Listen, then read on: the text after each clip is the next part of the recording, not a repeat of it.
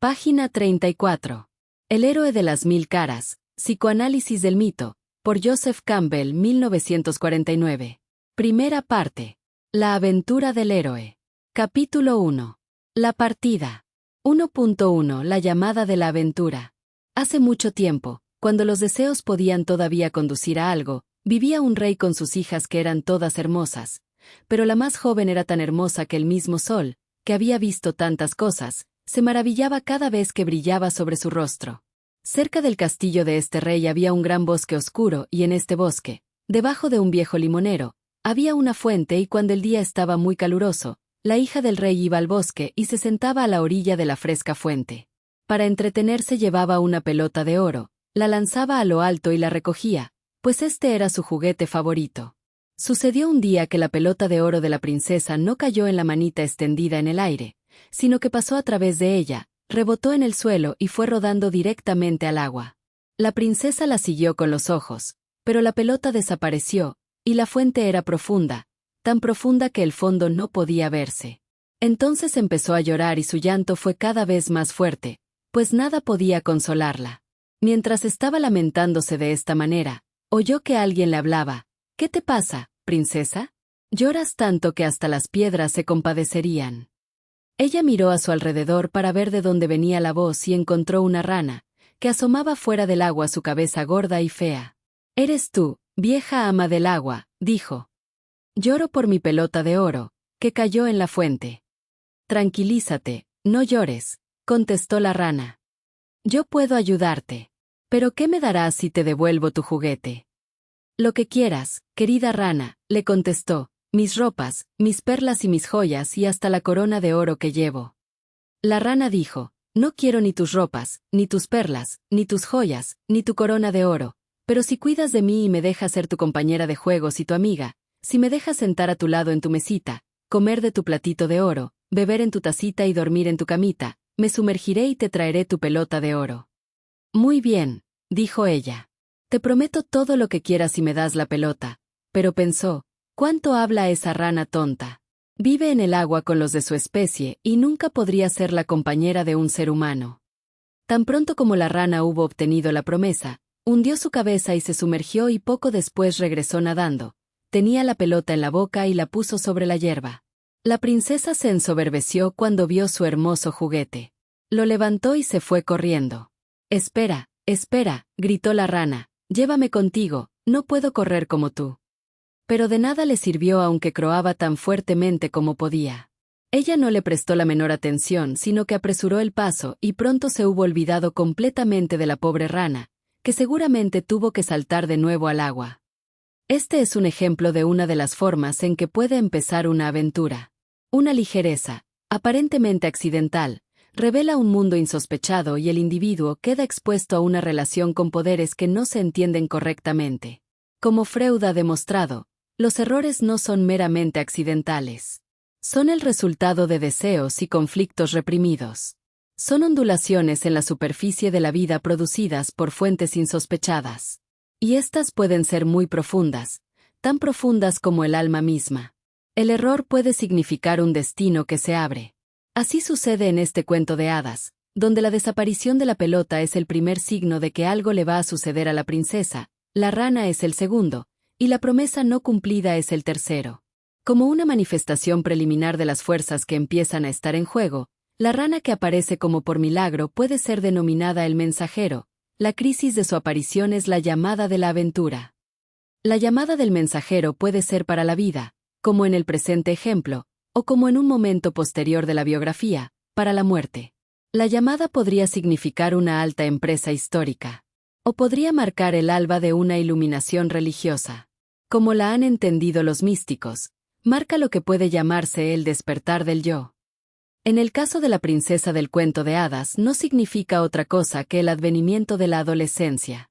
Grande o pequeña, sin que tenga importancia el estado o el grado de la vida, la llamada levanta siempre el velo que cubre un misterio de transfiguración, un rito, un momento, un paso espiritual que cuando se completa es el equivalente de una muerte y de un renacimiento. El horizonte familiar de la vida se ha sobrepasado, los viejos conceptos, ideales y patrones emocionales dejan de ser útiles. Ha llegado el momento de pasar un umbral. Son típicos de las circunstancias de la llamada el bosque oscuro, el gran árbol, la fuente que murmura y el asqueroso y despreciable aspecto del portador de la fuerza del destino.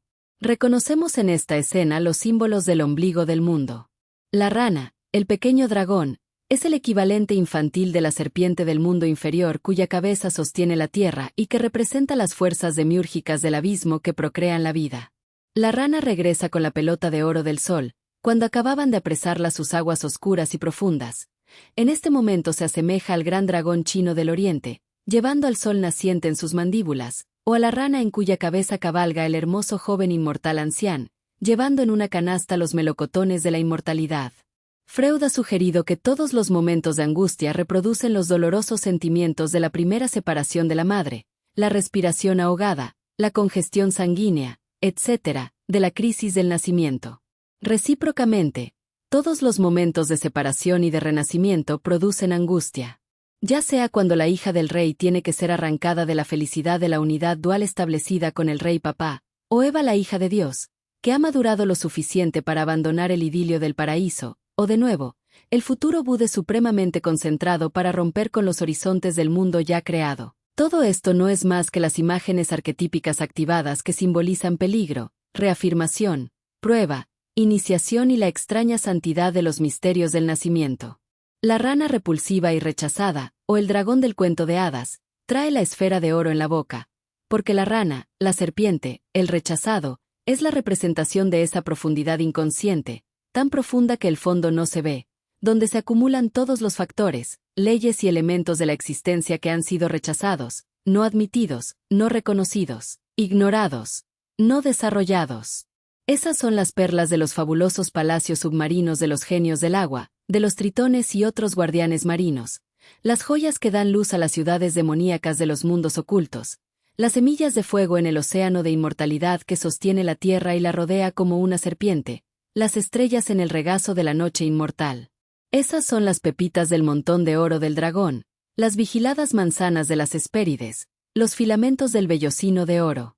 El heraldo o mensajero de la aventura, por lo tanto, es a menudo oscuro, odioso o terrorífico, lo que el mundo juzga como el mal, pero que si uno pudiera seguirlo, se abriría un camino a través de las paredes del día hacia la oscuridad donde brillan las joyas. El heraldo puede ser una bestia, como en el cuento de hadas, donde representa la reprimida fecundidad instintiva que hay dentro de nosotros, o también una misteriosa figura velada, lo desconocido. Se cuenta la historia del rey Arturo, por ejemplo, y se dice cómo se preparó para ir a cazar con sus caballeros. Tan pronto como llegó al bosque el rey vio un gran ciervo ante sus ojos. «Voy a cazar este ciervo», dijo el rey Arturo, espoleó su caballo y lo persiguió mucho tiempo, y a base de esfuerzo estaba a punto de cazar el ciervo, pero la persecución había durado tanto tiempo que su caballo perdió el aliento y cayó muerto. Entonces un paje dio al rey otro caballo. Cuando el rey se dio cuenta de que había perdido al ciervo y a su caballo muerto, se sentó cerca de una fuente y cayó en grandes meditaciones. Cuando estaba sentado le pareció escuchar el aullido de unos lebreles de caza, en número de 30. Con ellos vio llegar la bestia más extraña que había visto u oído. La bestia se acercó a la fuente y bebió, y el ruido de su vientre era igual al de 30 parejas de lebreles. Pero mientras la bestia bebía no hubo ruido en su vientre. Luego la bestia partió con un gran ruido, de lo cual el rey mucho se maravilló. También tenemos el caso, tomado de una parte muy diferente del mundo, de una muchacha arapao de las llanuras de Norteamérica. Espió a un puercoespín que estaba cerca de un álamo. Trató de herir al animal, pero él se escondió detrás del árbol y empezó a trepar. La muchacha lo siguió, pero el animal siempre estaba fuera de su alcance. Bueno, dijo. Voy a subir para capturar al puercoespín porque quiero sus púas, y si es necesario subiré hasta la punta. El puercoespín llegó a la punta del árbol, pero cuando ella se acercó y ya iba a echarle mano, el álamo creció repentinamente y el puercoespín siguió subiendo. Miró hacia abajo y vio a sus amigos llamándola e insistiendo en que bajara, pero como ya estaba bajo la influencia del puercoespín y tuvo miedo de la gran distancia entre ella y el suelo, continuó subiendo, hasta que se convirtió en una mancha para aquellos que la veían desde abajo, y junto con el puercoespín finalmente alcanzó el cielo. 2 sueños serán suficientes para ilustrar la aparición espontánea de la figura del heraldo en la psique que está madura para su transformación. El primero es el sueño de un joven que busca el camino que ha de orientarlo hacia un nuevo mundo. Estoy en una pradera verde donde pasen muchas ovejas. Es la tierra de las ovejas. En la tierra de las ovejas se yergue una mujer desconocida y señala el camino. El segundo es el sueño de una joven cuya amiga íntima ha muerto recientemente de consunción. Ella teme contagiarse de la enfermedad. Estaba en un jardín lleno de flores. El sol iba a ponerse con un brillo color de sangre. Entonces apareció ante mí un caballero negro, de aspecto noble, que me habló con una voz seria, profunda y aterradora. ¿Quieres ir conmigo? Sin esperar mi respuesta me tomó de la mano y me llevó con él. Ya sea sueño o mito, hay en estas aventuras una atmósfera de irresistible fascinación en la figura que aparece repentinamente como un guía, para marcar un nuevo periodo, una nueva etapa en la biografía. Aquello que debe enfrentarse y que es de alguna manera profundamente familiar al inconsciente, aunque la personalidad consciente sea desconocido, sorprendente y hasta aterrador, se da a conocer, y lo que anteriormente estaba lleno de significado se vuelve extrañamente vacío de valores, como el mundo de la hija del rey, con la rápida desaparición de la pelota de oro dentro de la fuente. De aquí que aun cuando el héroe vuelva por un tiempo a sus ocupaciones familiares, puede encontrarlas infructuosas. Una serie de signos de fuerza creciente se hará visible entonces, hasta que las llamadas ya no puedan desoírse, como en la siguiente leyenda de las 4 señales, que es el ejemplo más celebrado de la llamada a la aventura en la literatura mundial. El joven príncipe Gautama Sakyamuni, el futuro Buda, había sido protegido por su padre de todo conocimiento de la vejez, de la enfermedad, de la muerte y del monacato, porque temía despertar en él pensamientos de renunciación a la vida, pues había sido profetizado a su nacimiento que sería el emperador del mundo o un Buda.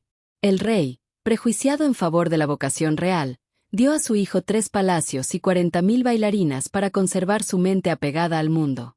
Pero esto solo sirvió para adelantar lo inevitable, porque cuando era relativamente joven, su juventud consumió todos los campos de los goces carnales y maduró para la otra experiencia.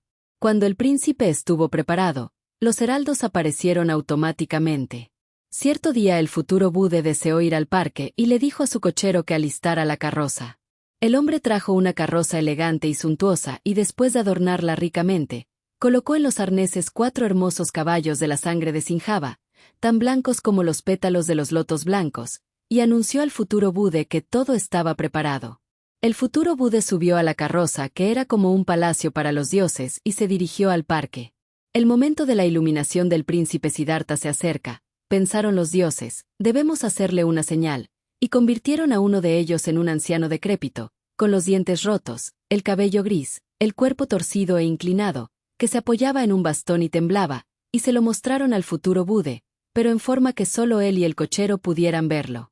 Entonces el futuro Buda dijo a su cochero, «Amigo, dime quién es este hombre. Ni siquiera su pelo es como el de los otros hombres». Y cuando oyó la respuesta, dijo, «Vergüenza de nacer, si todo aquel que ha nacido ha de hacerse viejo». Y con el corazón agitado regresó y ascendió a su palacio. «¿Por qué ha regresado mi hijo tan pronto?», preguntó el rey. «Señor, ha visto a un viejo», fue la respuesta, «y porque lo ha visto quiere retirarse del mundo». «¿Quieres matarme? ¿Qué dices esas cosas? Que preparen inmediatamente unas representaciones para que las vea mi hijo.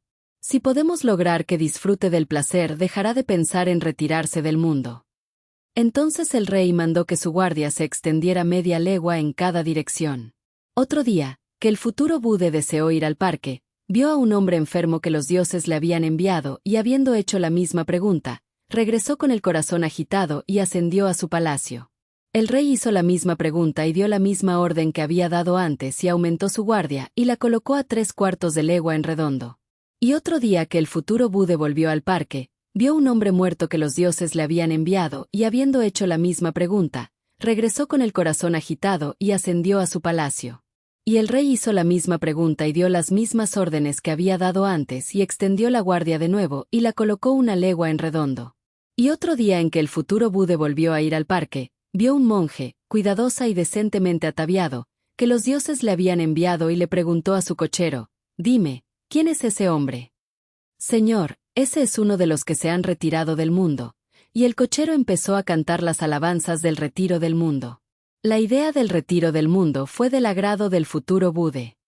Este primer estadio de la jornada mitológica, que hemos designado con el nombre de la llamada de la aventura, significa que el destino ha llamado al héroe y ha transferido su centro de gravedad espiritual del seno de su sociedad a una zona desconocida.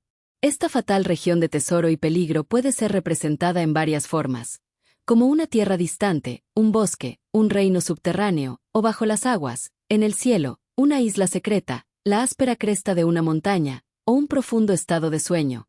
Pero siempre es un lugar de fluidos extraños y seres polimorfos, tormentos inimaginables, hechos sobrehumanos y deleites imposibles. El héroe puede obedecer su propia voluntad para llevar al cabo la aventura, como hizo Teseo cuando llegó a la ciudad de su padre, Atenas, y escuchó la horrible historia del Minotauro, o bien puede ser empujado o llevado al extranjero por un agente benigno o maligno, como Odiseo, que fue transportado por el Mediterráneo en los vientos del encolerizado dios Poseidón. La aventura puede comenzar como un mero accidente, como la de la princesa del cuento de hadas, o simplemente, en un paseo, algún fenómeno llama al ojo ocioso y aparta al paseante de los frecuentados caminos de los hombres. Los ejemplos se multiplican ad infinitum, desde cualquier rincón del mundo. Página 40.